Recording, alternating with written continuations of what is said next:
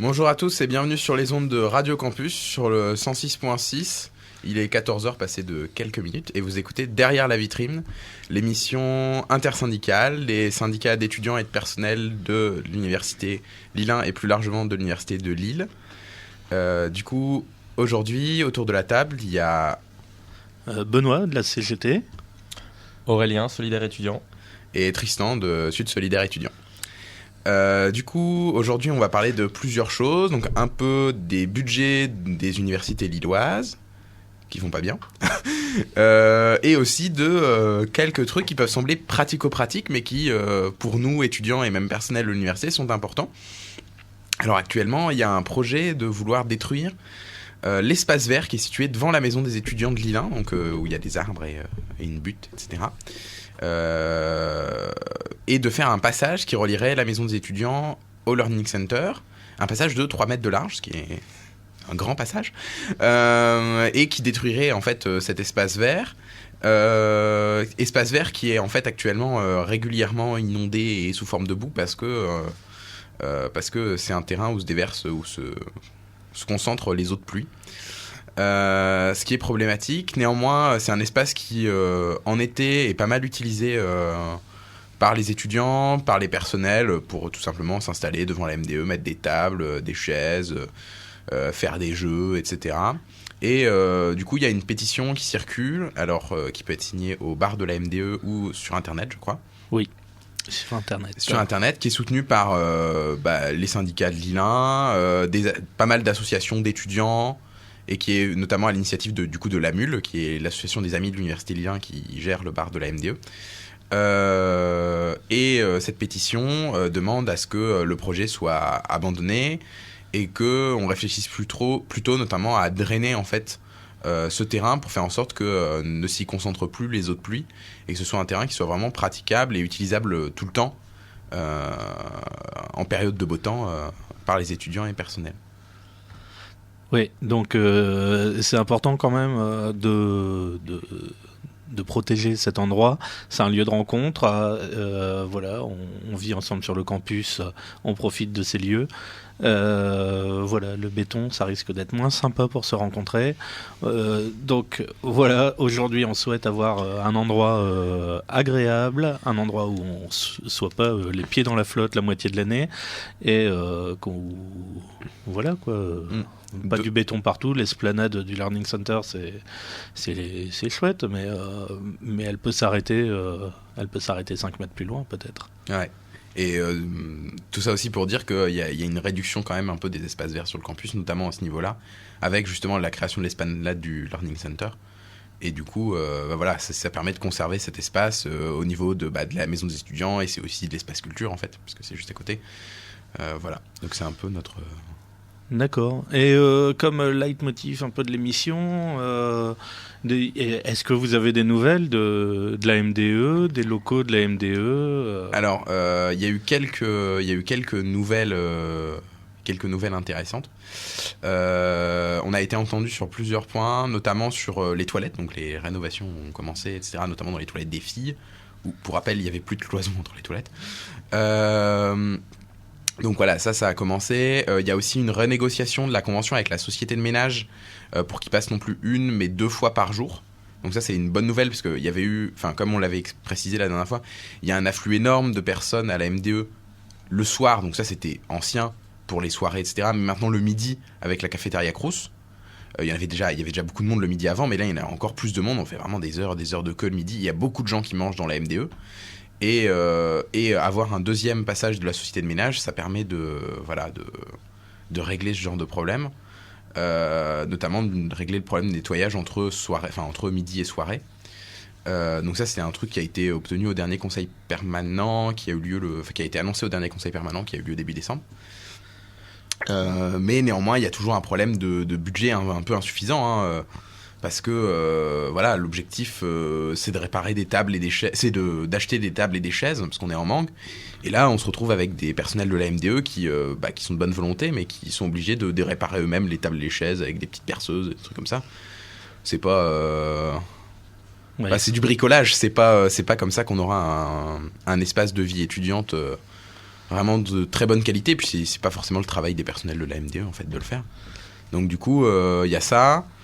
Il y a enfin le système des télés qui a été installé. Il y avait des télés qui devaient annoncer les événements, etc. Donc ça a été enfin mis en place. Ça coûte un peu cher, mais voilà. Ça avait été demandé par des assos, etc.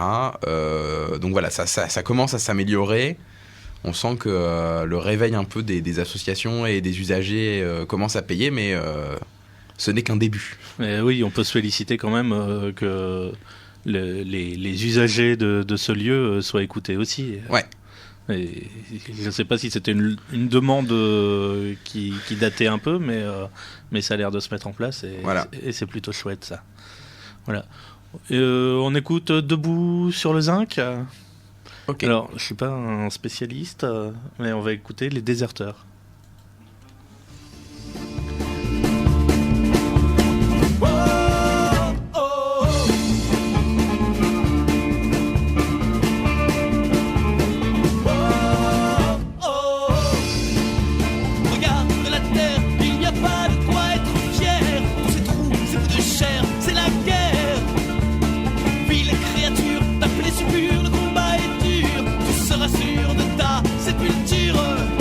Qu'est-ce que l'on fait pour un môme qui fait bonne ripaille? La guerre est là et la fin te tenaille, aïe aïe aïe aïe. Pour annonceurs, les déserteurs ne sont pas des lâches. Ils profitent de leurs droits, ils se cachent.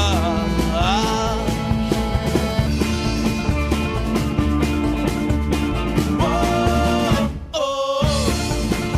J'ai le droit de vivre, le droit moral, le droit de rire. Adieu Fondassin, je veux être ivre. Adieu, colonel, je dois rentrer, ma douce m'appelle. Je suis un homme fier et je me considère comme tel. Mais qu'est-ce que l'on fait pour un môme qui fait bonne ripaille? La guerre est là et la fin te tenaille, aïe aïe aïe aïe. Pour annonceurs, les déserteurs ne sont pas des lâches. Ils profitent de leurs droits, ils se cachent. Dans le bar de la chaumière, la vialeuse ou de la bière, je veux être ivre pour toujours. Je veux vivre l'amour. Adieu canou, adieu coutelas. Bonjour chérie, allez, viens dans mes bras. Bois un verre, c'est pour moi que tu bois. Aujourd'hui on vit, abjurer les lois. Dans le bar de la chaumière, la vialeuse ou de la bière, je veux être ivre pour toujours. Je veux vivre l'amour. Adieu canon, adieu coutelas. Bonjour chérie, allez, viens dans mes bras. Bois un verre, c'est pour moi que tu bois. Aujourd'hui on vit, abjure les lois.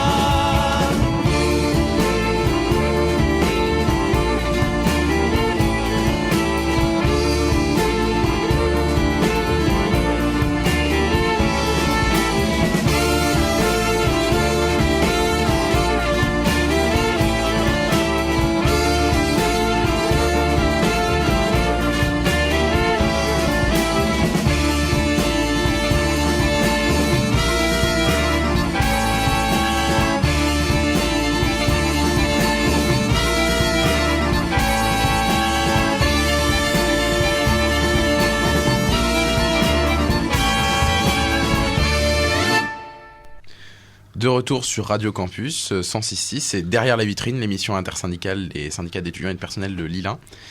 Et du coup, là, on va parler du budget des universités. Alors, pour recontextualiser un peu, on est en décembre, et en décembre, c'est la période où les universités votent leur budget pour l'année prochaine, pour l'année 2016. Le budget, c'est pas exactement ce qui va être fait, mais c'est ce qui est prévu, en tout cas, c'est le budget prévisionnel. Donc d'abord, j'ai quelques mots sur Lille 1. Alors sur Lille 1, il y a une pétition qui avait été signée par les 4 organisations personnelles, donc FSU, CGT, CFDT et SNPTES, donc contre le gel d'emploi qui est prévu par le budget. Donc je vous lis le texte. 37 emplois vacants, donc 17 de BIATS, donc personnel non enseignant, et 20 d'enseignants-chercheurs ou d'enseignants ne seront pas publiés cette année. Donc publiés, ça veut dire qu'ils ne sont pas mis au concours. Voilà. L'université gèle ainsi davantage d'emplois que le nombre total des créations liées à la loi Furaso liée à la ministre Furaso, dont elle a bénéficié depuis 3 ans. Alors que les effectifs étudiants sont en hausse et que l'activité de l'établissement n'est pas en réduction, on demandera donc plus d'efforts à moins de personnel. Après les mesures de restriction budgétaire consécutives à un déficit de 2,8 millions d'euros l'an dernier, en 2014, les personnels ont déjà subi la dégradation de leurs conditions de travail. En outre, le recours à des personnels contractuels perdure, certes sous contrôle de l'impact budgétaire de ces recours à contractuels, mais surtout à condition de contrats dégradés, notamment des temps partiels imposés lors des reconductions visant à priver ces personnels de toute titularisation dans le cadre du prolongement du dispositif Sauvadet. Donc, pour préciser, en fait, quand on est personnel contractuel et qu'on cumule 6 années... 6 années... 6 années, bref. 6 années, je crois à temps plein, on peut être titularisé sous certaines c'est conditions. Quand on est contractuel et qu'on a été contractuel pendant beaucoup trop longtemps de toute façon. Et donc la fin de la pétition, nous, personnel de l'ILIN, refusons de payer par une nouvelle intensification du travail la carence de l'État. Nous demandons à l'État d'assurer dès 2016 la revalorisation des crédits de masse salariale permettant la mise au concours dès 2016 de l'ensemble des emplois de titulaires vacants sur l'ILIN. Donc voilà, ça c'est la pétition qui a été signée par les 4 organisations syndicales de personnel et par plus de 830 personnels de l'université Lilin et qui a été remise aux représentants du recteur lors du conseil d'administration qui s'est tenu le 11 décembre dernier, la semaine dernière, où a été voté le budget avec bien sûr les 6 voix contre des syndicats qui sont d'ailleurs les syndicats qui font cette émission, donc CGT, FSU, Sud étudiants et UNEF. Donc voilà, je sais pas si tu as quelque chose à ajouter, Benoît. Là-dessus, pas vraiment, mais c'est effectivement... voilà, c'est bien que c'est très heureux que les personnels prennent en compte et soient informés de ce qui se passe au niveau budgétaire. C'est important pour les conditions de travail. Parce que voilà, c'est du travail qui devra de toute façon être fait. Donc on va se retrouver à travailler plus, de manière plus intense. Et qu'est-ce que j'allais dire ? Et c'est important aussi pour les étudiants. Parce qu'on a fait une rentrée suffisamment compliquée sur l'ILIN avec des classes, des cours suffisamment pleins, chargés, 3 sur un ordinateur pour faire un TD d'informatique. Voilà, on a vécu tout ça cette année et on nous dit vous inquiétez pas, l'année prochaine ce sera pire. Donc on peut pas vraiment accepter ça, quoi. Voilà. Et une autre petite remarque sur le budget ?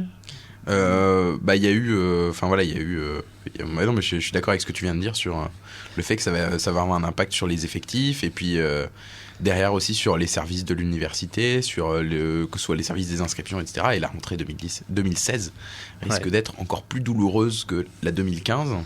Voilà. Mais on nous promet que tout va bien. Tout va bien. D'accord. Il y avait une chose dont je voulais parler aussi, c'était la création de la faculté des sciences. Donc sur l'université, la présidence de l'université a décidé de regrouper des UFR. Dans ce qui y est écrit dans le document qu'ils sont en train de faire passer à l'ensemble des personnels dans des AG avec le président qui se déplace partout pour essayer de faire passer ça, que c'est une faculté qui va se créer, mais le terme n'est pas définitif, il est indiqué. Très bien. En fait, voilà, ce qu'ils veulent pas, c'est que on utilise le mot faculté en pensant derrière à l'île 2, parce que effectivement, ce regroupement du FR, donc là, on parle de mathématiques, de physique, de chimie, de IEEA, il me semble. Donc c'est informatique, électronique et automatique. et automatisme.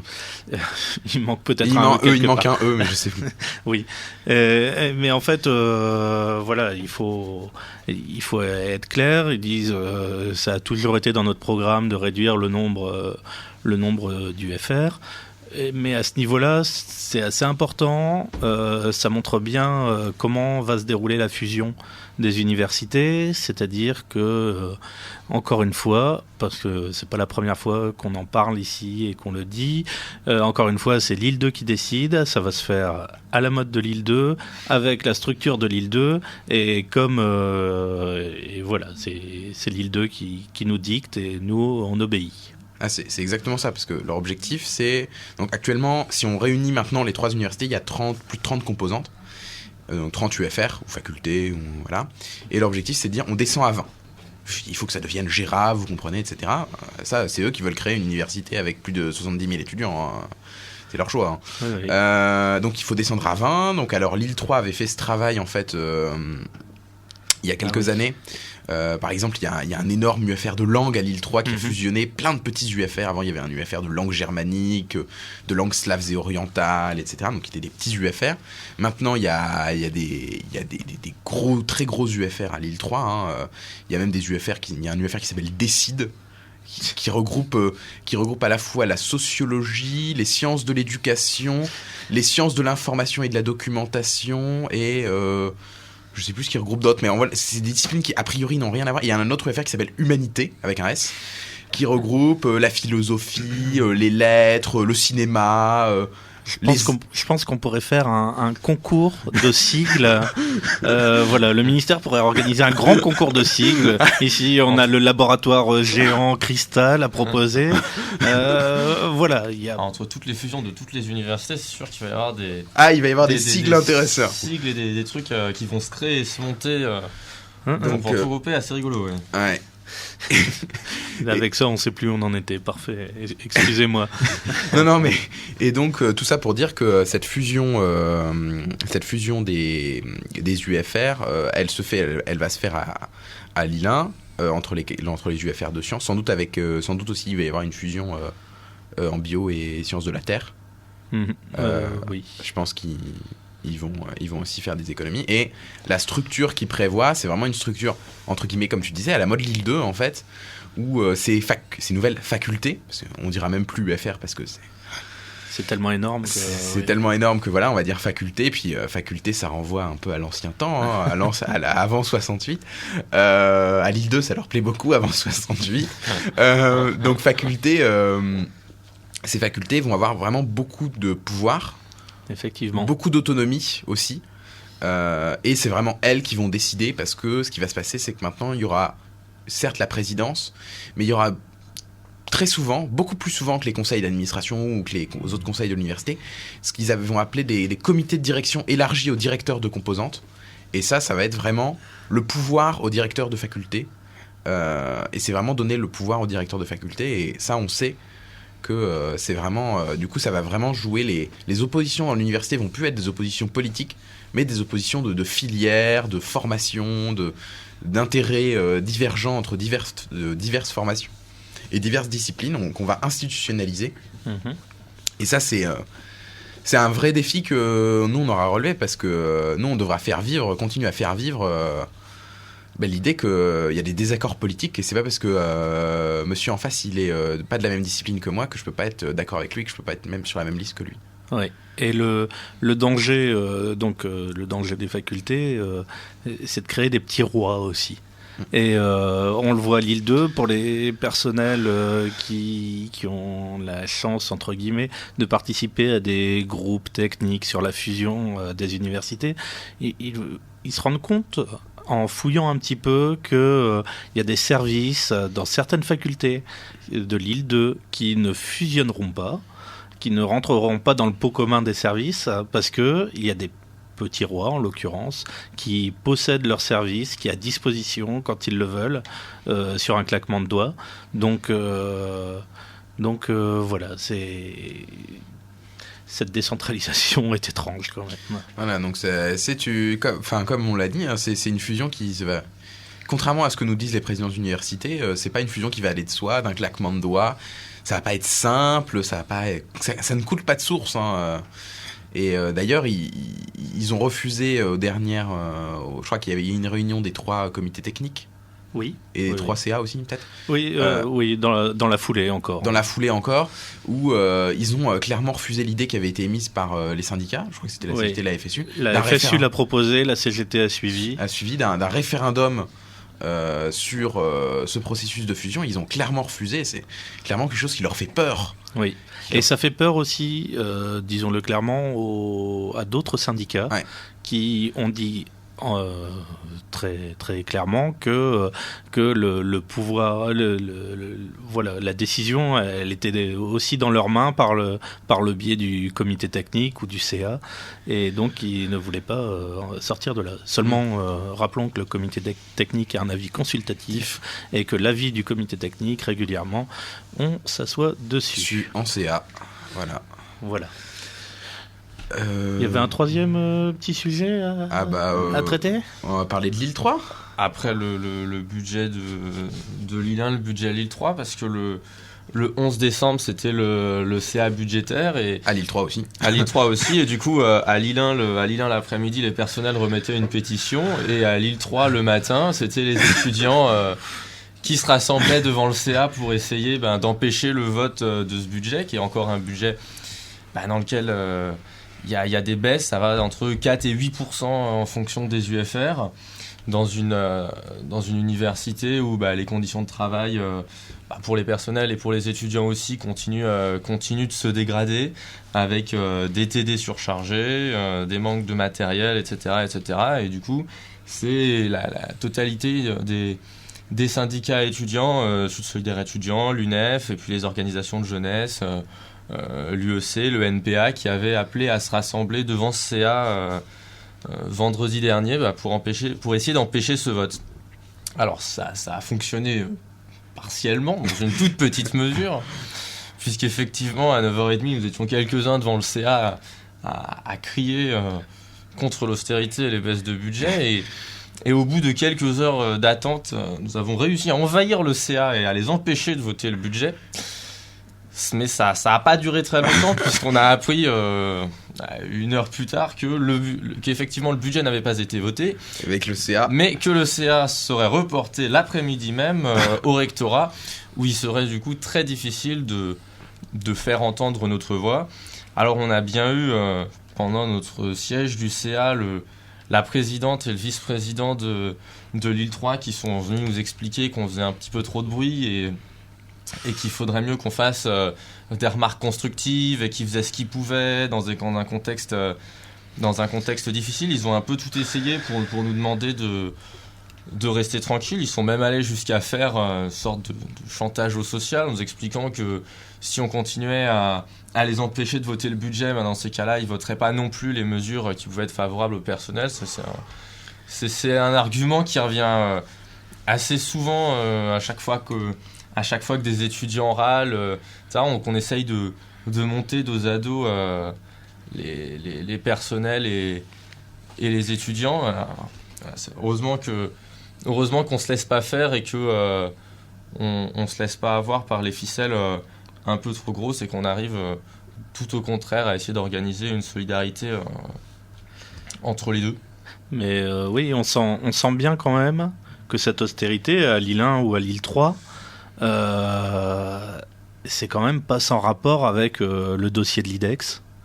Et le fait qu'aujourd'hui, il faut surtout qu'on montre patte blanche avant que la décision soit prise, qu'on montre qu'on est des bons élèves, qu'on dépense pas trop, et avant que tout ça se décide et que ça se décante.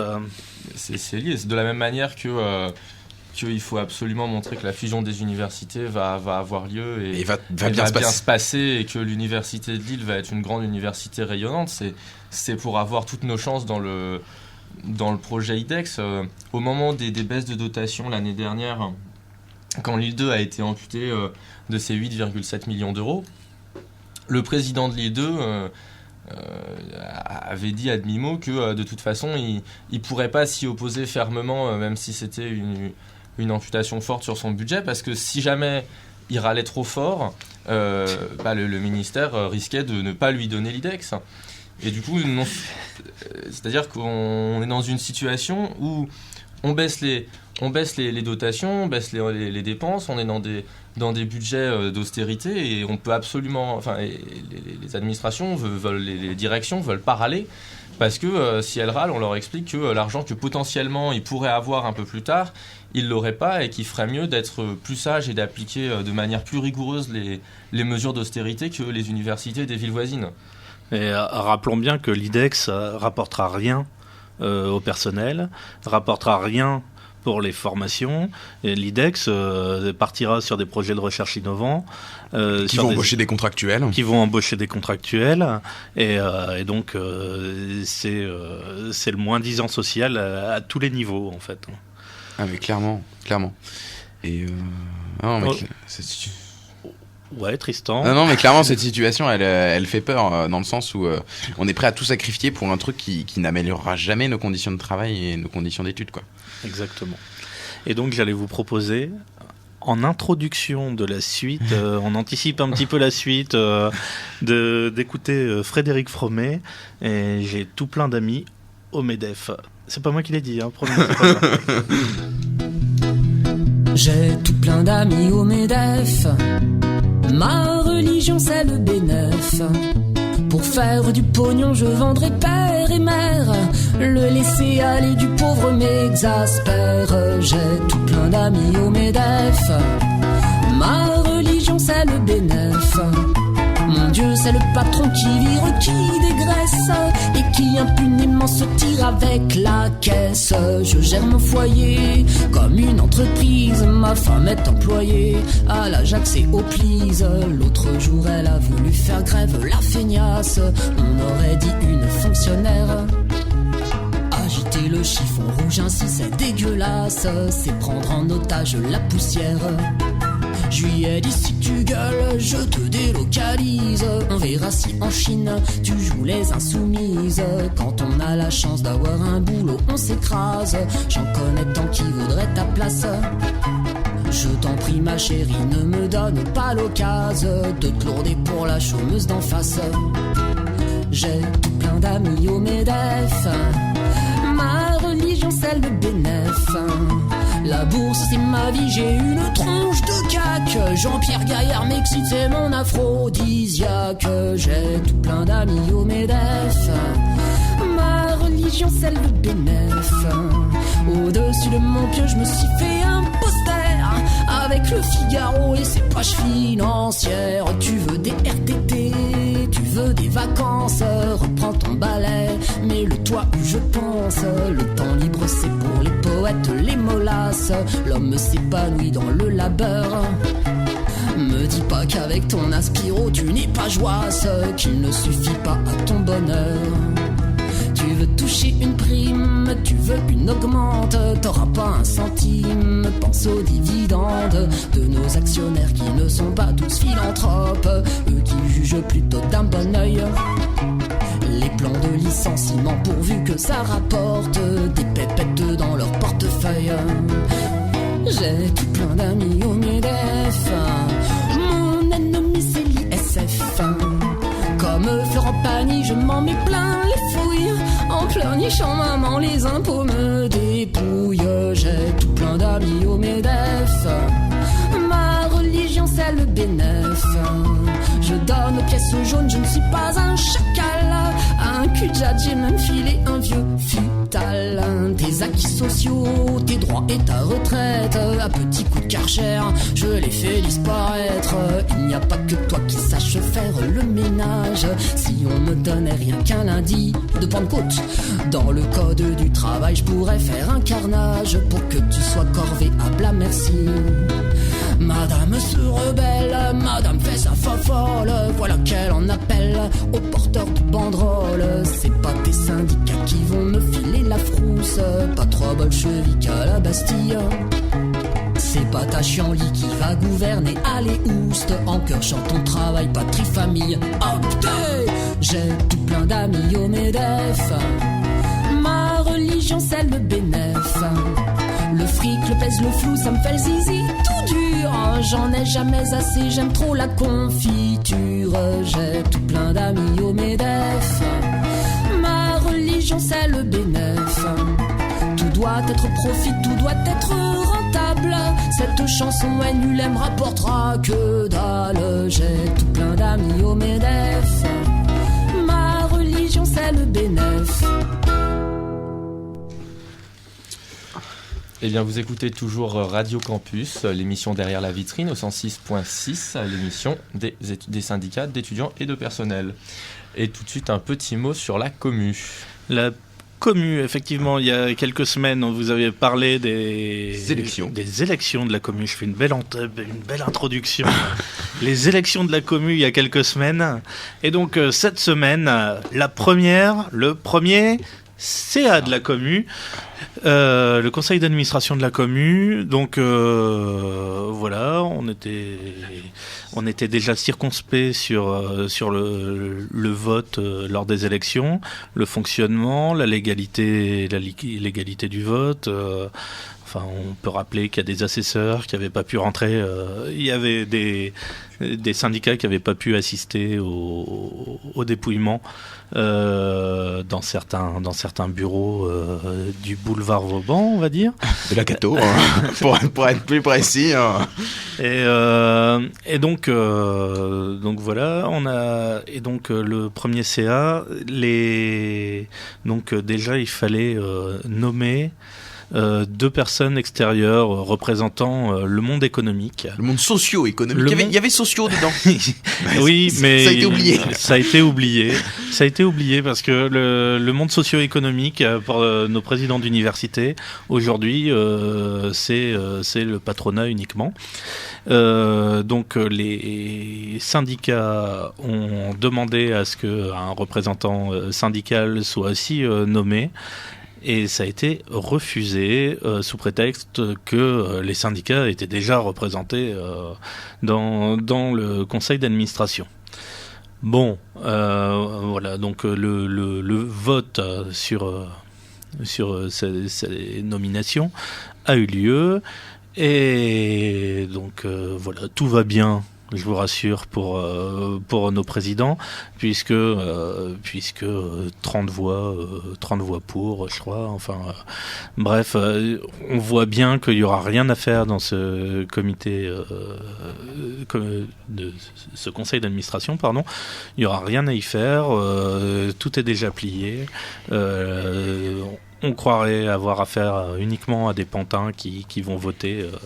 Pour tout, à chaque fois, comme leurs présidents l'ont demandé, étant donné que on était aussi en face parfois de listes qui étaient très dirigées par certains présidents. Voilà. Ah, puis faut ajouter que ce conseil d'administration fait l'exploit d'avoir la moitié de membres qui ne sont pas élus mais nommés. Ce qui, du coup, renforce le poids des présidents d'université, parce que en partie, c'est... Donc déjà, les membres nommés, il y a eux-mêmes. Puis il y a des membres qu'ils peuvent nommer eux-mêmes et des représentants des collectivités territoriales qui sont souvent leurs amis. Puis il y a ces 2 chefs d'entreprise, puisqu'ils ont tout plein d'amis au MEDEF, faire le lien avec la chanson précédente. Non, ça montre qu'on peut rien faire dans ces conseils. Au mieux retirer des informations sur ce qui va se dire et passer une belle après-midi de langue de bois, à mon avis.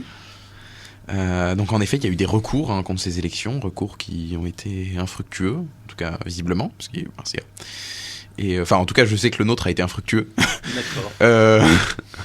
On a reçu une belle réponse à notre recours, mais voilà, ça n'a pas marché. Je sais que la FSU en avait déposé un aussi. La FSU en avait déposé un qui était plus solide que le nôtre, parce que ils sont meilleurs que nous.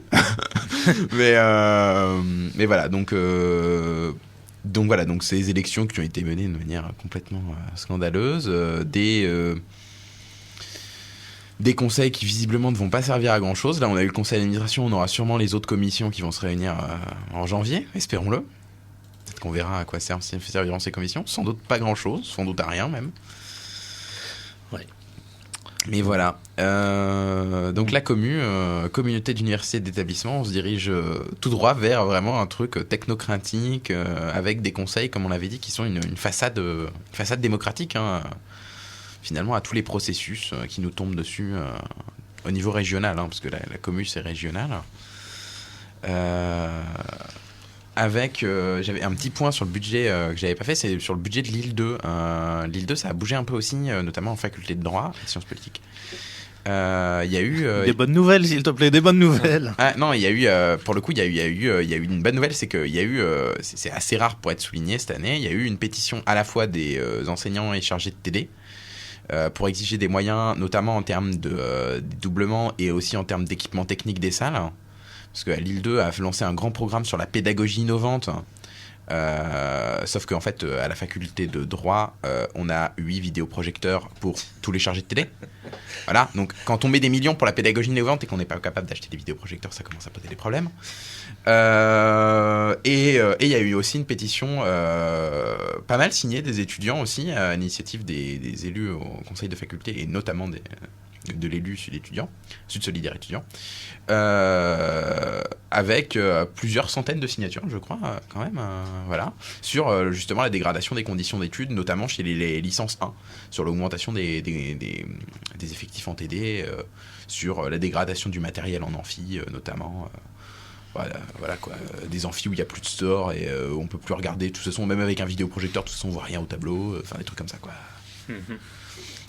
Très bien. Bon, on passe à plus joyeux encore. Un petit mot sur l'état d'urgence. Vas-y. Du coup, on embraye sur les joies, hein, vas-y. Puisque nous avons que des choses très réjouissantes dans cette émission, après la baisse budgétaire et les politiques d'austérité, voici venues les politiques sécuritaires, qui, si elles touchent tout le pays, touchent également les universités et les étudiants et les personnels. Ouais. Donc voilà, c'est le cas à l'île 2, puisque depuis, mais ça fait déjà un bon moment, là il n'y a plus qu'une seule entrée. Il n'y a plus qu'une seule entrée, et même maintenant, je vais venir, il n'y a plus qu'une seule porte. Enfin, il y a même, non, il y a 2 portes sur 3 qui s'ouvrent seulement. Et moi, il m'est arrivé une fois, j'arrive je suis doctorant, donc pour donner un TD, et on nous rangeait par fil, les étudiants d'un côté, les personnels de l'autre. On devait fouiller nos sacs, montrer nos pièces d'identité et nos cartes étudiantes. Voilà, donc c'était réjouissant. À 8h du matin, vous vous réveillez, vous avez ça. Vous êtes de bonne humeur après. Étudier, vous êtes fouillé. Étudier, vous êtes fouillé. Alors, voilà. Travailler, vous n'êtes pas encore fouillé. Mais, Ah bah si, là, si, les personnels étaient fouillés. Ah, si, je te rassure. Il y avait des fouilles des sacs des personnels. Parce que du coup, j'étais dans cette file-là. Donc voilà, donc... Et on nous met des petites affichettes partout, comme quoi on peut se faire contrôler à l'entrée, donc carte étudiante, comme quoi on peut se faire fouiller, des palpations de sécurité, comme ils appellent, hein, voilà. Donc, Moi, je voulais parler des dernières petites affichettes que j'ai vu fleurir à Lille 1 et qui, d'après mes informations, ont fleuri un petit peu partout dans l'administration. C'est comment se protéger face à une attaque terroriste. Donc, je demande à l'administration de m'écouter sérieusement. Nous avons des revendications. Donc, face à une attaque terroriste, il convient de se barricader dans une pièce, de se barricader au mieux. Donc, et il est conseillé d'utiliser un canapé pour bloquer la porte. Je demande à l'administration solennellement que soit mis à disposition de l'ensemble des personnels de cette université, dans chaque pièce, un canapé afin de barricader la porte. Y compris dans les salles de cours, hein. Ah oui, mais ça les enseignants qui ramènent tout. Et les amphis. Et les amphis. Quelques petits canapés au fond, là. Donc, réclamons un canapé par porte dans l'université. Afin d'être à l'abri, protégé, si possible un canapé avec un dos. Alors, il faut que ce soit confort, mais quand même, il faut que ce soit renforcé, parce que la balle de Kalachnikov qui s'arrête à la 2e épaisseur du coussin. J'ai un doute, mais voilà pour cette revendication. Le Kevlar, c'est confortable, parce que les canapés en Kevlar, ça peut être bien. Oui. Donc voilà, ça c'était pour l'état d'urgence à l'université. Je sais pas s'il y a d'autres mots à ajouter. Il y a pas que l'île 2 où ils ont fermé les portes. Il y a à l'IEP aussi. À l'IEP aussi, ils ont fermé les portes, mais Ils avaient déjà fermé les amphis là-bas. Non, c'est parce qu'ils s'effondraient. Après ça. les amphis qui s'écroulent, les portes qui se ferment. Oui, ils ont encore fermé la porte. Elle avait déjà été fermée au début de l'année après les attentats à Charlie Hebdo. Donc voilà, maintenant tout le monde passe à nouveau par la petite porte et est protégé par le digicode à 4 chiffres qui doit permettre à tout bon terroriste À 5 chiffres. d'être foulé à 5 chiffres. Même, 5 chiffres que tout le monde connaît d'ailleurs, qui ne peut plus être changé. Je crois qu'ils n'arrivent plus à le changer parce qu'il était déjà très connu quand moi j'y suis arrivé il y a 6-7 ans. Ah. Donc voilà, et il n'a toujours pas changé, moi je m'en souviens. Il faut mettre un peu d'huile peut-être. Il y a même un groupe Facebook, je crois, avec le nom du code. Sinon, le code a longtemps été affiché, en tout cas dans le hall à l'intérieur. Donc une fois rentré, tout le monde là et tout le monde peut re-rentrer. On est à l'abri, ne vous inquiétez pas. On est à l'abri, enfermés dans nos universités, avec nos canapés derrière nos portes. Derrière nos portes. Et avec dans les facultés les personnels de sécurité qui sont aussi de plus en plus nombreux. Oui, et puis qui sont pas forcément des personnels de l'université. Parce que ici, par exemple, à l'Île 1, c'est une société privée à qui on sous-traite la sécurité sur le campus. Oui. Ce qui pose pas mal de problèmes, puisque ce qui pose des problèmes évidemment évidents de contrat et de conditions de travail de ces personnels, mais ce qui pose des problèmes aussi de ce que l'université peut exiger d'eux, peut ne pas exiger d'eux. La dernière fois, on a eu un problème à la maison des étudiants. Il y avait une soirée qui devait se terminer à 2h du matin. À minuit 45, ils ont décidé de déclencher l'alarme et impossible de les joindre. Donc on a dû tout ranger sous alarme, sous le son strident de l'alarme, en catastrophe. Et ils sont venus après nous dire que ils n'avaient pas la même information que nous, que notre soirée devait se terminer à 1h et que minuit 45, c'était pour qu'on sorte, quoi, l'alarme. Super. Et donc voilà, il y a une plainte envoyée au vice-président vie étudiant, mais comme c'est une société privée, on doute sur l'efficacité. Alors c'est pas une soirée de solidarité étudiant, c'est une autre association. D à la carte pour ne pas la nommer. Donc voilà. Non, puis l'état d'urgence qui est inquiétant de manière générale pour tous les militants et syndicats de manière politique, puisque on interdit les manifestations et les mobilisations, les rassemblements les unes après les autres partout. Et donc là, déjà que le mouvement social avait un peu du mal à se lancer et que la contestation de la plupart des réformes et de la politique économique était un peu difficile à monter. Si en plus on a le droit de contester, mais pas trop fort, en chuchotant, sans aller trop loin, et pas par des rassemblements de plus de 3 personnes, ça va commencer à être compliqué. Effectivement, j'ai entendu Manuel Valls il y a 2-3 jours qui m'expliquait à moi dans mon salon que le souci des Français, c'est le terrorisme et l'islamisme radical. Mais le souci des Français, c'est pas visiblement, c'était pas la hausse du SMIC. Visiblement, c'était pas les paradis fiscaux pour lesquels ils ont refusé un amendement de l'Assemblée nationale lâchement, encore une fois.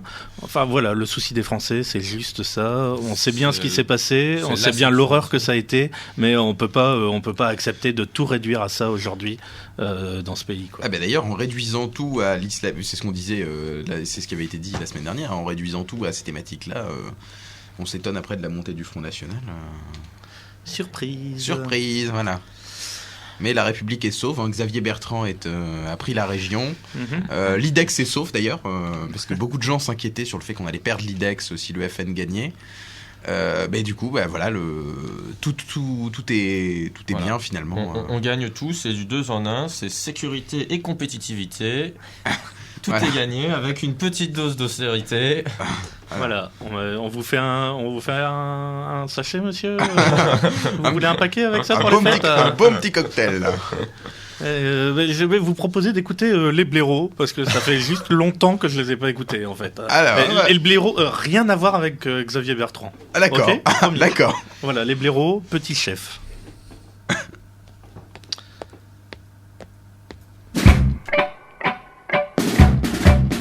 Avez-vous déjà écouté le son des pas que fait Petit Chef quand il arrive le matin? Encore un peu, on croirait entendre Attila écrasant la moquette sous ses mocassins. En guise de bouclier, une serviette en cuir, le menton à l'attaque, l'œil vif, le front bien haut. Petit Chef embrasse du regard son empire, conquis après 20 ans de gaguerre de bureau. Quand sonnera le grand soir, Si ça vous chante, pour m'entendre les grands patrons. en attendant, je bosse à la chaîne, à l'abattoir. Je découpe des tripes, Oui, des tripes. je découpe des tripes, Oui, des tripes. je découpe des tripes de chez Fayon. À la revue d'effectifs, Petit Chef divise. Pour les uns la carotte et pour moi le bâton. Manager d'homme au service d'une seule entreprise. Rester le fils papa du papa patron. Aujourd'hui Petit Chef arrêté devant la stagiaire. Vous passerez me voir à 14h sous mon bureau. Mais non mademoiselle, je dis ça c'est pour détendre l'atmosphère. Petit Chef a fait l'école du rire, un sup de coups. Quand sonnera le grand soir, Si ça vous chante, pour m'entendre les grands patrons.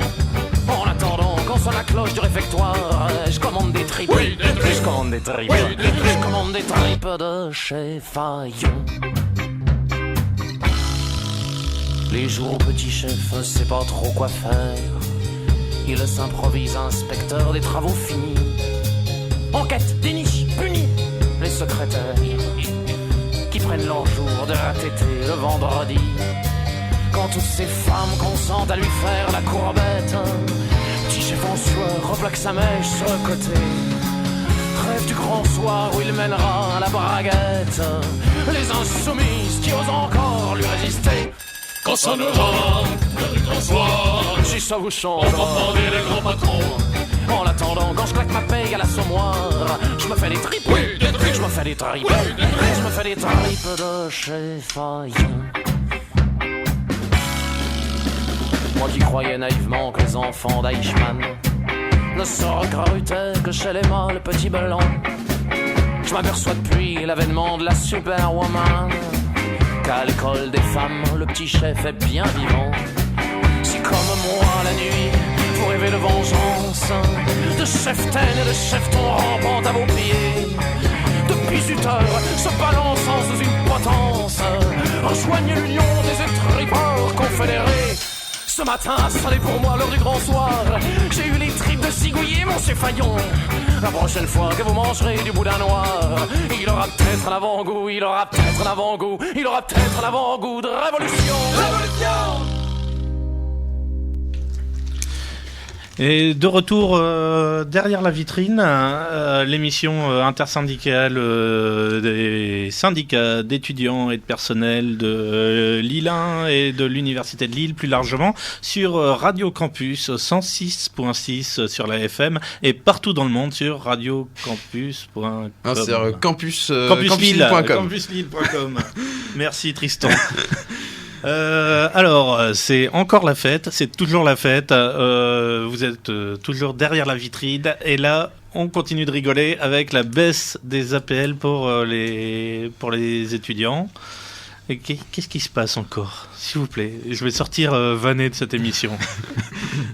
Eh bien, puisqu'il n'y a toujours pas assez d'argent dans les caisses de l'État et que c'est difficile pour nos braves dirigeants de réussir à faire des budgets à l'équilibre. Bah, il faut lutter contre les islamistes radicaux, c'est pour ça.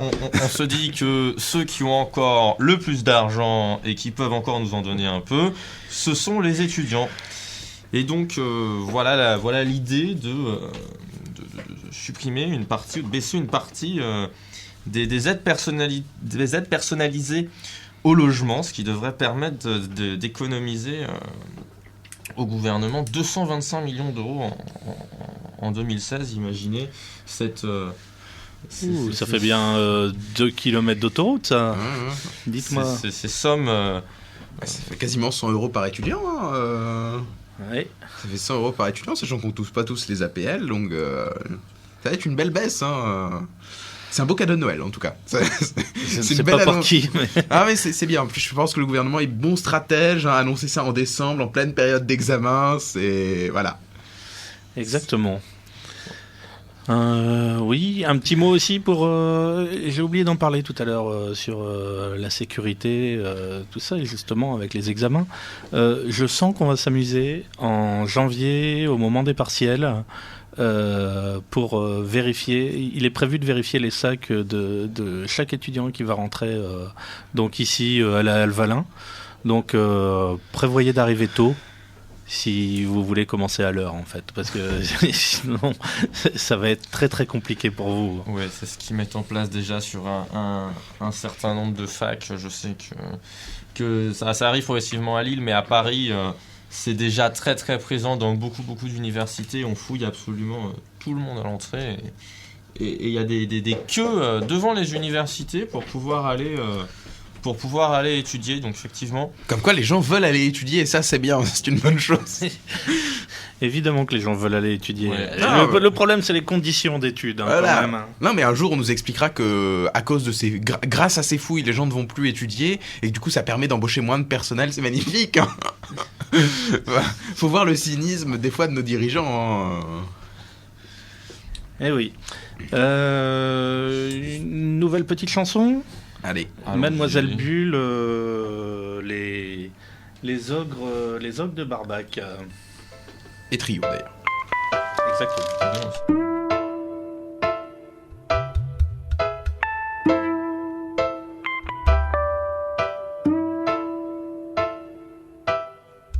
Mamselle Bulle avait un rêve un peu spécial. Pour une bulle, quitter la terre, c'est peu banal. Mamselle Bulle, comme un funambule qui rêverait de s'envoler. À l'envol d'un ballon, Bulle s'est accrochée. Championne de l'aviation, Bulle commence à s'élever. Au-dessus des arbres, un alpiniste anglais lui indique le haut de la montagne. Mademoiselle n'est pas rassurée. Elle se demande où le ballon se dirige. Mademoiselle, tout en haut, avez-vous le vertige?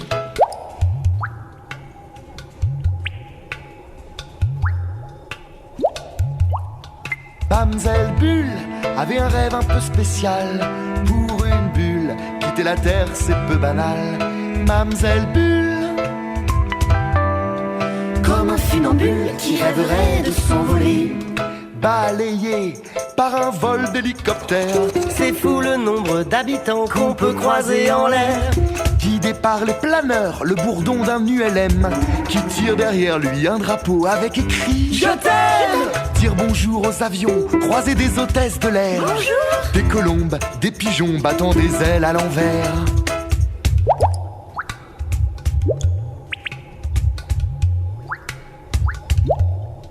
Mamselle Bulle traverse les nuages, enfile un pull, il fait froid au-dessus des orages.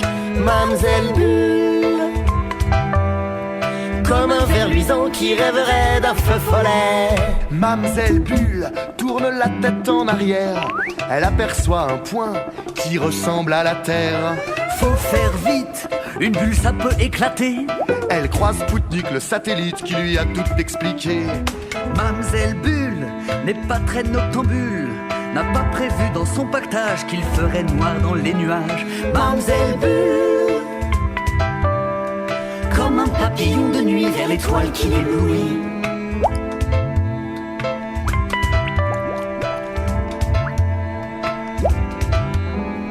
Au ciel étoilé, Bulle s'est accrochée. Et c'est dans la Voie lactée que Mamselle décida d'habiter. Ainsi dans le ciel, depuis des millions d'années, Madame la Terre observe cette bulle illuminée. Chaque soir, quand la nuit vient à tomber, Mamselle Bulle sur nous veille jusqu'à ce que le soleil l'interpelle. Mamselle Bulle, Oh la lune, la lune, c'est le soleil qui te parle. Oh, Mamselle Bulle, laisse la place, faut que je lève le jour. comme un funambule qui rêverait de s'envoler. Mamselle Bulle avait un rêve un peu spécial. Pour une bulle, quitter la terre, c'est peu banal. Mamselle Bulle, Qu'est-ce que tu fais? comme un funambule qui rêverait de s'envoler. Mamselle Bulle avait un rêve un peu spécial. Pour une bulle, quitter la terre, c'est peu banal. Mamselle Bulle, comme un funambule qui rêverait de s'envoler. Mamselle Bulle.